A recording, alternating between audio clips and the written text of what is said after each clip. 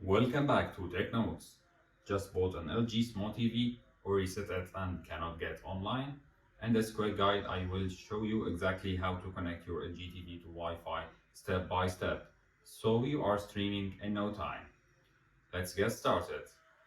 First, grab your remote and press the settings button. You will see the menu appear on the side of your screen. Scroll down and select network. This is where all your internet connections are managed. Choose Wi-Fi connection. Your LG TV will now scan and display all available networks. Pick your Wi-Fi network, enter your password. Here I will use remote to enter numbers. Then I will use the on-screen keyboard to enter the rest. It's easier this way. Now we hit enter. We wait a few seconds. Just takes a moment to connect.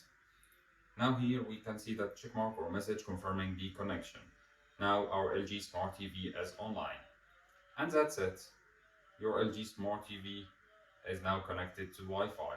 If you still face issues, check out my next video where I will show you how to fix Wi-Fi problems when it won't connect.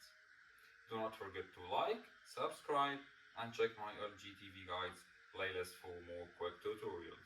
See you in the next one.